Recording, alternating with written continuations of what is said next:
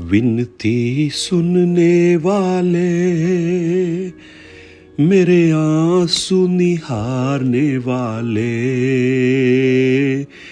चंगाई देने वाले, स्तुति हो यीशु राजा, स्तुति हो यीशु राजा।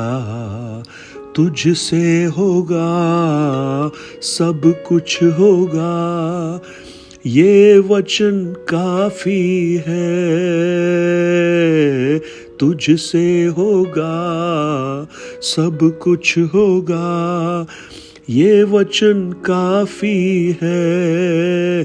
प्रभु ये वचन काफी है, तेरा एक वचन काफी है। विनती सुनने वाले, मेरे आंसू निहारने वाले, छुटकारा देने वाले, स्तुति हो यीशु राजा, स्तुति हो यीशु राजा। Good morning, praise the lord. दिन की शुरुआत परमेश्वर के वचन के साथ मैं पास्टर राजकुमार आप सब प्रिय भाई बहनों का इस प्रातःकालीन वचन मनन में स्वागत करता हूं। आज मेरी प्रार्थना है, जैसा इस गीत में हमने गाया है, विनती सुनने वाले, मेरे आंसू निहारने वाले, चंगाई छुटकारा देने वाले, स्तुति हो यीशु राजा। आज मुझे जब आप सुन रहे हैं, बहुत से प्रिय भाई आंसुओं के मध्य में होंगे, चुनौतियों के मध्य में होंगे, कठिनाइयों के मध्य में होंगे। अपने जीवन में ऐसा लग रहा होगा कि अब कुछ उनके लिए बाकी नहीं बचा है। लेकिन आज मैं आपको बताना चाहता हूं, जब आपको लगे कि आपकी प्रार्थनाओं का उत्तर नहीं मिल रहा है, जब आपको लगे कि परमेश्वर खामोश हो गए हैं, जब आपको लगे कि आपकी परिस्थिति ऐसे ही रहने वाली है, तो आप गलत सोच रहे हैं। क्योंकि जब आपको लगता है परमेश्वर कार्य नहीं कर रहे हैं, प्रभु बैक ऑफ द सीन काम कर रहे हैं, जब परमेश्वर आपको दिखाई ना दे, वो हर परिस्थिति में आपके करीब हैं। आज मैं एक ऐसी स्त्री के बारे में जो अपने जीवन में बहुत निराश थी, बहुत दुखी थी और उसको नहीं समझ में आ रहा था क्या करना है, लेकिन उसको जो समझ में आया वो उसने किया। और जब उसको जो समझ में आया वो उसने किया, तो वो जिस बात के लिए सोच रही थी, परमेश्वर ने उसके लिए वो किया। पहला शमूएल उसका 1 अध्याय उसका 15 वचन। हन्ना ने कहा, नहीं हे प्रभु, मैं तो दुखिया हूं, मैंने ना तो दाख मधु पिया है और ना मदिरा। मैंने अपने मन की बात खोल कर यहोवा से कही है। एक हन्ना जिसको संतान नहीं है, एक हन्ना जिसको पेनिन्ना चिढ़ाती है, एक हन्ना जिसका पति भी उसको अच्छे से समझ नहीं पाया है, एक हन्ना जिसको उस समय के याजक एली भी गलत समझ रहे हैं, वो परमेश्वर के भवन में आकर रो रही है, प्रार्थना कर रही है।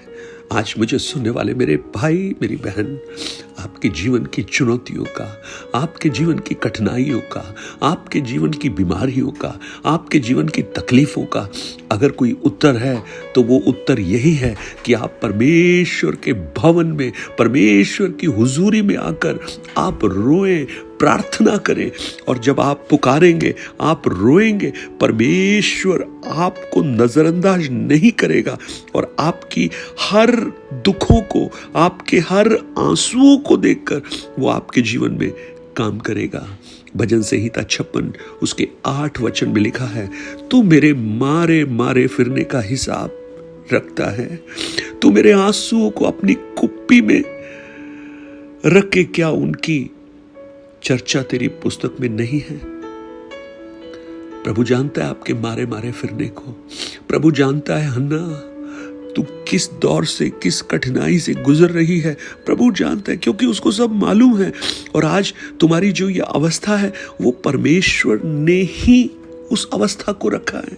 अब देखिए उसका 5 वचन जब हम पढ़ेंगे, वहां लिखा है, परंतु हन्ना को वह दूना दान दिया करता था क्योंकि वह हन्ना से प्रीति रखता था। ये एल्काना के बारे में लिखा है, परंतु उसके आगे का जो शब्द है वो हमें डिस्टर्ब कर देता है। तो भी यहोवा ने उसकी कोख बंद कर रखी थी। ओ हालेलुया।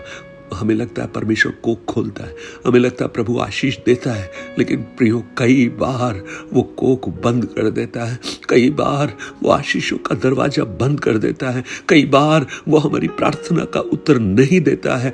लेकिन जब ऐसा हो तो आप निराश ना हो, क्योंकि उसके पीछे भी कोई मकसद छुपा हुआ है, बड़ा मकसद छुपा हुआ है। अब देखिए परमेश्वर ने अगर कोख बंद की है तो कोख खोलेगा कौन उसके अलावा। जब नूह जहाज में बैठ गया और लोग चिल्लाकर उसके पास आए कि जहाज का दरवाजा खोलो, हम भी आना चाहते हैं, लेकिन नूह का जवाब क्या था? दरवाजा मैंने बंद नहीं किया, चाबी मेरे पास नहीं है, चाबी परमेश्वर के पास है।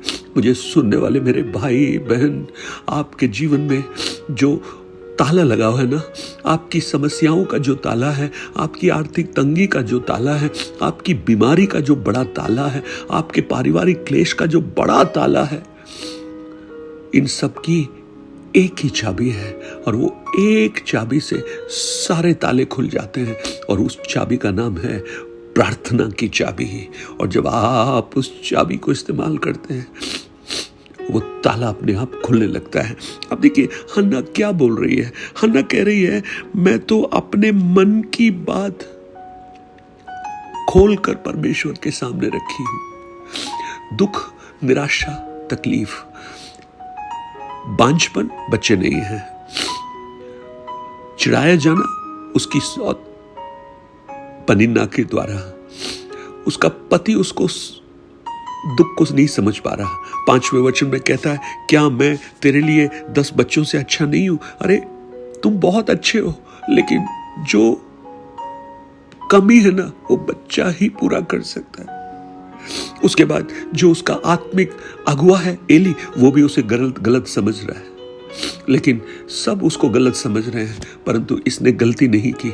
इसने अपने अंदर कड़वाहट नहीं लाया, ये दूसरों का जवाब देने के लिए नहीं गई, लेकिन इसने सारी बातों को अपने हृदय के अंदर रखा, जैसे एक एक तीर उसके हृदय में लग रहे हो, और उसको कहीं भी बाहर शो नहीं किया। लेकिन जब परमेश्वर के भवन में आई, वो उसका दिल खुल गया। और जब दुख प्रकट हुआ ना, दुख पता कैसे प्रकट होता है? आंसुओं से प्रकट होता है, अपने चेहरा देखने से समझ में आता है, हमारे पोस्चर से समझ में आता है, हमारे हाव भाव से समझ में आता है। और हन्ना का जो दुख था वो उसके आंसुओं के द्वारा उसकी आंखों से बाहर निकल रहा था। आज मुझे सुनने वाले मेरे भाई बहन, आप अपने शायद परिस्थितियों को किसी को ना बोल पाए, और बोलने का कोई फायदा भी नहीं है। लोग समझकर भी आपको नजरअंदाज कर देंगे, आपको गलत समझेंगे, लेकिन जिसके पास आंसू लेकर आना है ना, उसके पास आप आ जाइए हन्ना के समान। और वो रो रही है। भजन संहिता 34 जब आप पढ़ेंगे, वहां पर लिखा है, वो टूटे हुए हृदय को कभी भी तुच्छ नहीं जानता है। Praise the Lord. वो हमारी प्रार्थनाओं को सुनने वाला ईश्वर है। धर्मी दोहाई देते हैं और यहोवा सुनकर उन्हें छुड़ाता है और सब विपत्तियों से छुड़ाता है। Praise the Lord. और देखिए 18 वचन में भजन 34 में लिखा है, यहोवा टूटे मन वालों के समीप रहता है और पिसे हुओं का उद्धार करता है। आज मुझे सुनने वाले मेरे भाई बहन, आपकी परिस्थितियां कितनी भी बड़ी हो, कितनी भी विकराल क्यों ना हो, टूटे हुए हृदय के साथ उसके पास आइए, पुकारिए उस परमेश्वर को, रोइए उसके सामने। और जब आप ऐसा करेंगे ना, प्रभु आपके जीवन में काम करना प्रारंभ करेगा। एली उसको कहता है, कुशल से जा, परमेश्वर तुझे मन चाहा वरदान दे। आज मेरी प्रार्थना है ऐसा शब्द आप भी सुने। हन्ना ने उस एली की आवाज को जब सुना, उसने ये नहीं सोचा कि ये मनुष्य की आवाज है, लेकिन उसने उसे परमेश्वर की आवाज सुना और उसने उस पर विश्वास किया। और फिर लिखा है कि वो फिर कभी उदास नहीं रही। आज मेरी प्रार्थना है आप जब इस वचन को परमेश्वर का वचन मानेंगे, थिस्सलुनीकियों के विश्वासियों के लिए पौलुस कहता है कि मैं धन्यवाद देता हूं तुम्हारे लिए, जब तुमने उस वचन को जो हमसे सुना, तुमने ये जाना कि ये परमेश्वर का वचन है।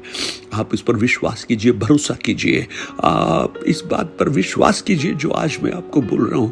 आपके आंसुओं को आनंद में बदलेगा प्रभु, आपके निराशा को दूर हटाकर आशा उत्पन्न करेगा, आपकी नामधराई को हटाकर वो आपका मस्तिष्क औरों से ऊंचा करेगा, क्योंकि आंसुओं को परमेश्वर नजरअंदाज नहीं करता। आज मेरी प्रार्थना है आपके आंसू बदल जाएं। कदाचित तुझे रात को रोना भी पड़े, परंतु सवेरे आनंद पहुंचेगा। स्वर्गीय पिता, हम आपको धन्यवाद देते हैं जिस प्रकार उस हन्ना ने उस बात पर विश्वास किया, उसने प्रार्थना किया और परमेश्वर की उपस्थिति में उसने एक विश्वास का गर्भ धारण किया। उसका मुंह फिर कभी उदास नहीं हुआ। आज इस वचन को सुनकर प्रभु जी, कुछ प्रिय भाई बहन जो निराशा में है, दुख में है, उनके दुखों को आप दूर कर दे प्रभु जी, उनके आंसुओं को आप दूर कर दे और उनके मन में ये विश्वास पैदा हो जाए कि उनका प्रभु उनकी प्रार्थना को सुन चुका है और जवाब आ रहा है।